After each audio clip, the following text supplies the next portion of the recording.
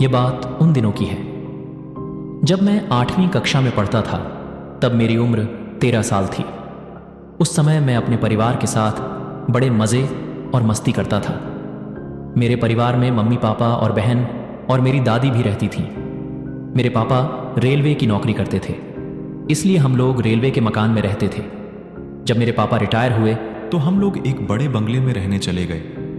उस बंगले में मैं बहुत खुश था, क्योंकि मैं पहले से सोच रहा था कि हमारा खुद का बड़ा घर हो।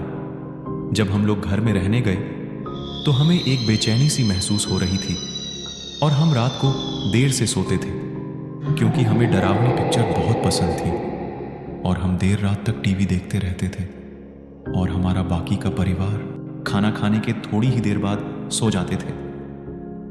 एक दिन की बात है, जब मैं रात में 11 बजे टीवी देख रहा था, तब मुझे लगा कि बाहर से कोई आवाज़ आ रही है।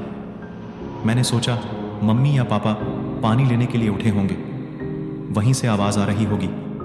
उस समय मैंने ध्यान नहीं दिया, लेकिन थोड़ी देर बाद जब मैंने टीवी बंद कर दी तो मुझे फिर से पायल बजने की आवाज़ आ रही थी कि जैसे कोई मेरे पास चला आ रहा हो। मैंने देखा तो कोई ना दिखा, तो मेरे पैर थर थर कांपने लगे और मेरे होश उड़ गए। यह कैसी आवाज़ है? तभी पायल की आवाज़ बंद हो गई। थोड़ी देर बाद आवाज़ फिर से आने लगी तो मेरा दिल जोर जोर से धड़कने लगा, मानो मेरा दिल बाहर आ जाएगा।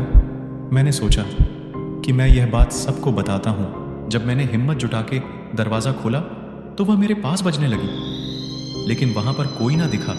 तो मैं किसी तरह मम्मी के कमरे में पहुँचा और सारी बातें मम्मी पापा को बता दी। मेरे पापा मानने को तैयार नहीं थे कि मैं सच बोल रहा हूँ, क्योंकि उनको जोर से नींद आ रही थी और वह थोड़े नींद में भी थे। आगे की कहानी दूसरे पार्ट में देखें।